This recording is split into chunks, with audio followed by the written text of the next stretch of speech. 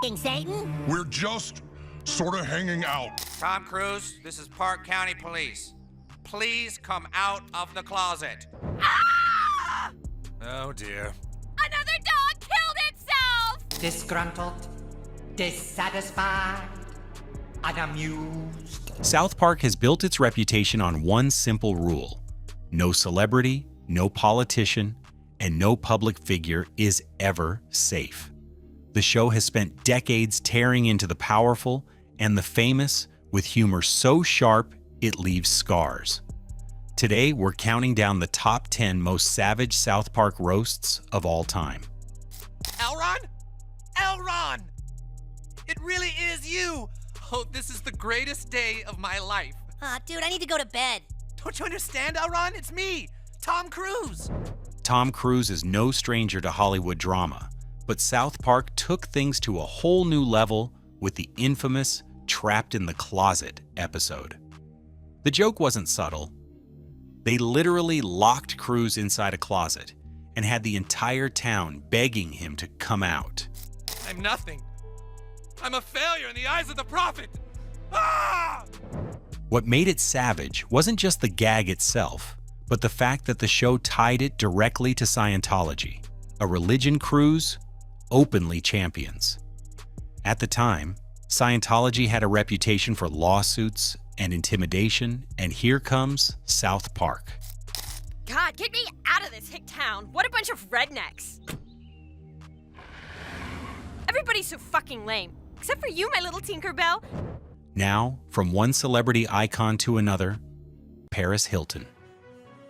Back in the early 2000s, Paris wasn't just famous. She was the very definition of tabloid culture. I'm gonna dress you up like a bunny, and then I'm gonna dress you up like a little princess. You're mine forever. Whatever. Oh, hey, Gacy. But South Park looked past the glam and went straight for the jugular with stupid spoiled whore. It wasn't a classy roast. It wasn't subtle either. In one of the darkest jokes of the series, her dog literally ending its life rather than living with her. Harsh, absolutely, but that was the point. I haven't had a drink in like 14 minutes. Why is everybody so stupid anyway? I flashed all these hicks my boobs. You should have seen the look on their faces, stupid redneck idiots. The show called out the dangerous message celebrity culture was feeding to young girls. That being spoiled, shallow, and self-obsessed was something to aspire to. And the savage part? Paris Hilton couldn't really fight back.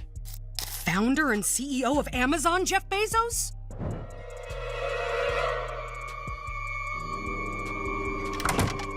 Mr. Bezos, how great to see you again! From celebrity scandals, we shift to corporate power and Jeff Bezos.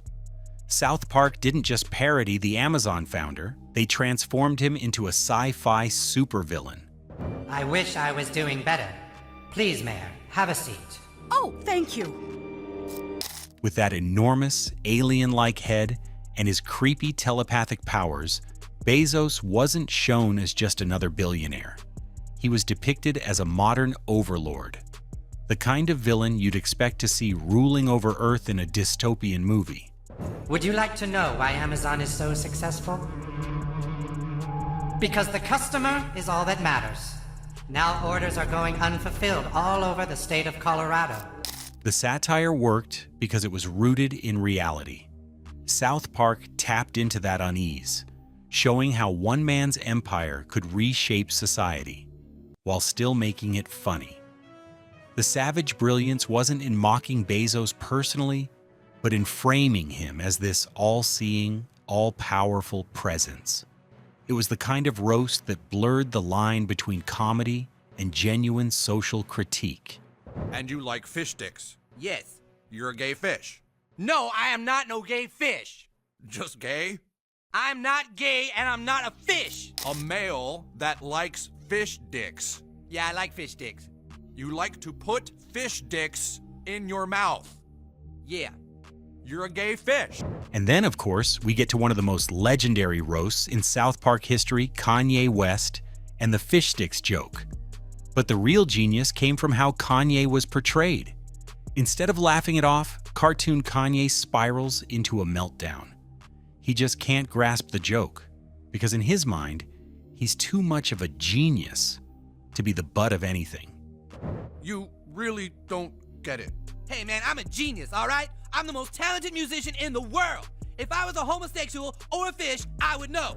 That inflated ego, his obsession with being respected as an artist, and his inability to take a joke.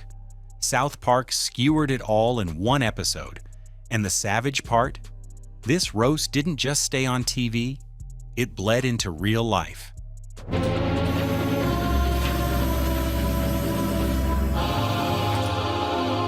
Who is the boy I saw on the news report tonight? Long before South Park became a household name for outrageous political satire, they took aim at a Hollywood legend, Barbra Streisand. Now Streisand was already known for her powerful voice and larger-than-life persona. But the show decided to crank that reputation up to 11. Hello there, little boy. Do you know who I am? No? I bet you do. I'm going where the... In the episode Make a Streisand, she doesn't just appear as herself. Nope. They turned her into a full-blown, Godzilla-style monster stomping through South Park like she owned the place. Giant mechanical limbs, laser beams, the whole package. It wasn't just parody, it was humiliation on a grand scale. I'm Barbra Streisand. So? So I'm a very famous and very important individual. And the savage part? It exaggerated every criticism about her ego, painting her as someone so self-important that she could only be represented as a skyscraper-sized robot beast. The episode was an early South Park classic, and the image of Make a Streisand became a pop culture meme that lived on far past the 90s. I'm talking, of course, about ManBearPig. It is a creature which roams the earth alone. It is half man, half bear, and half pig. Now let's talk about a roast that aged in the strangest way possible, Al Gore and ManBearPig. Back in 2006, Gore was still pushing hard for climate change awareness, and South Park thought he was, well, kind of over the top. So they gave us ManBearPig. Half man, half bear, half pig. A ridiculous creature that Gore kept warning everyone about. Well, I'm here to tell you now, ManBearPig is very real, and he most certainly exists. But here's where it gets wild. About a decade later, South Park circled back. By then, climate data was undeniable. Record-breaking heat waves, melting ice sheets, and massive wildfires. Suddenly, Al Gore didn't look so crazy anymore. Oh my god! Oh no! The boys are just shocked at how good you look, Britney. Right, boys? And speaking of ignoring the warning signs, let's move on to Britney Spears. If Streisand and Gore were roasted through exaggeration, Britney's episode cut way deeper because it reflected something painfully real. South Park didn't just mock her, they painted a brutal picture of how society treated her during her very public breakdown. Oh, come on now, people! Oh my god, she's really gotten chubby. In the episode, the media literally hounds her to death, pushing her until she blows her head off. But here's the twist. Even after that, the industry still milks her image, her fame, her brand, as if she's just a commodity instead of a human being. It was savage, because it wasn't just a cartoon gag, it was a mirror. This aired when Britney's struggles were tabloid fodder, and everyone, fans, paparazzi, the press, was complicit. Let me introduce Mark Zuckerberg. Thanks for coming, Mr. Zuckerberg. Thank you. It is a great honor to be here. Amongst all of you, I am the founder and chairman of Facebook, but I also have a style that is completely unblockable. From one cultural powerhouse to another, Mark Zuckerberg. If there was ever a billionaire ripe for parody, it's the Facebook founder. And South Park didn't hold back. They made him robotic, awkward, and bizarrely overconfident, wandering into people's homes and spouting nonsense about "you can't block me." Now I see you're trying to use your style over mine. Now you try to block me. Now you've learned that you cannot block. His speech patterns in the episode were almost incoherent, but that was the joke. It mirrored how so many people felt after watching his real-life testimony in front of Congress. You'd hear him answer a question and somehow walk away more confused than before. Yes, what is your question? How are we supposed to keep our kids?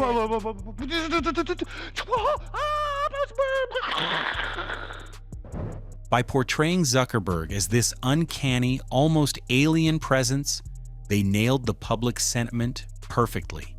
Here's a man controlling billions of people's information, and yet he doesn't even seem human. A dictator from the Middle East? Hey, relax, Dad. I'm just your average Joe. Take a rest. And finally, we get to the political chaos that defined an entire era: the president. South Park never used subtlety when it came to politics, and their satirical version of the commander-in-chief was no exception.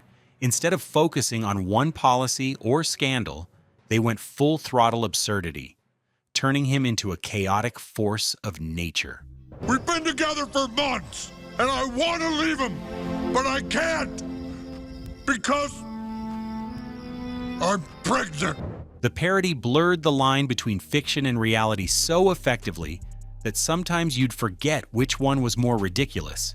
He's reckless, he's loud, he's making outrageous promises, and somehow he keeps climbing higher in politics. That exaggeration worked because it reflected how so many people felt at the time. Politics had become a circus. Usually to hear the secret doctrine, you have to be in the church for several years, Stan. Are you ready to hear the truth? You see, Stan, there is a reason for people feeling sad and depressed. An alien reason. When Isaac Hayes, the voice of the beloved chef, quit the show over the controversial Scientology episode, South Park didn't just let him walk away quietly. Nope. They gave him the single most brutal send-off in the series. It all began 75 million years ago.